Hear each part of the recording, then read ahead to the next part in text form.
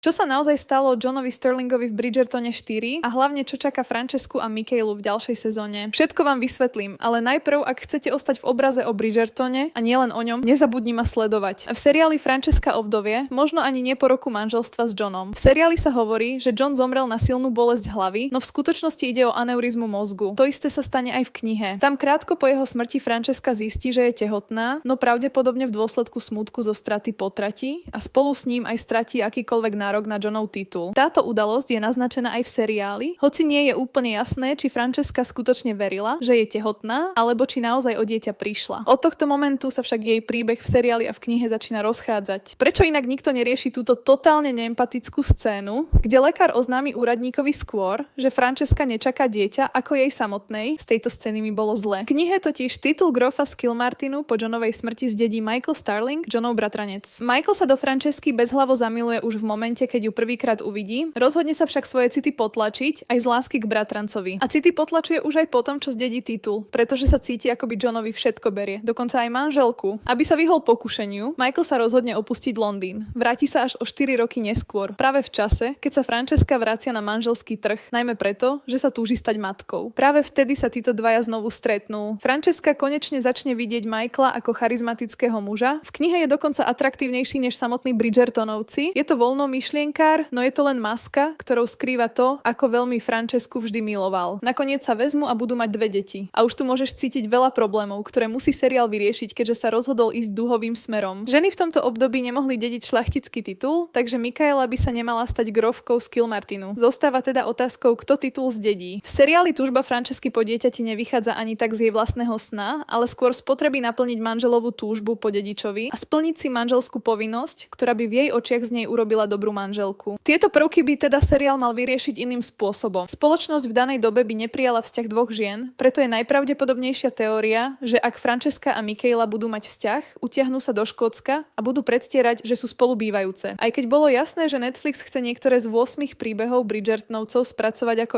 LGBT romancu, podľa viacerých by boli iné príbehy vhodnejšie. Napríklad Eloise nezvolili preto, aby nepôsobila ako stereotypný príklad lesbičky a voľbou Francesky chceli tento stereotyp rozbiť. Povedz mi svoj názor. Myslíš si, že Netflixová zmena Michaela na Michaelu je lepšia voľba a bude zmena Franceskyňho príbehu skôr žiaduca zmena alebo absolútna katastrofa?